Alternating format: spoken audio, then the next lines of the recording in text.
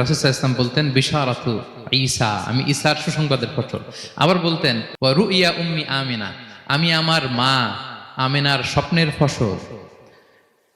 রাসূল সাল্লাল্লাহু আলাইহি ওয়াসাল্লামের মা আমিনা যখন কনসিভ করেছেন রাসূল সাল্লাল্লাহু আলাইহি ওয়াসাল্লামকে পেটে, তিনি মাঝে মাঝে স্বপ্নে দেখতেন যে ওনার পেট থেকে একটা আলো বের হয়ে পারস্য সিরিয়ার প্রাসাদগুলোর মধ্যে ঝলকানি দিচ্ছে।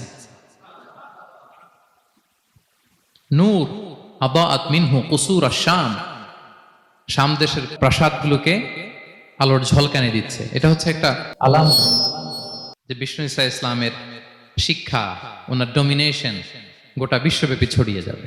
সুবহানাল্লাহ বিহামদিহি। তাহলে আমরা হিস্ট্রিটাকে কানেক্ট করে নিলাম। বিষ্ণু বলতেন আমি আমার পিতা ইব্রাহিমের দোয়ার ফসল, ঈসা আলাইহিস সালামের সুসংবাদের ফসল, আমার মা আমিনার স্বপ্নের ফসল। এবার সামনের দিকে যাই, কি কি স্বতন্ত্র বৈশিষ্ট্য দিয়ে আল্লাহ তাআলা বিষ্ণু ঈসা ইসলামকে পৃথিবীতে পাঠিয়েছেন। প্রিয় ভাইরা,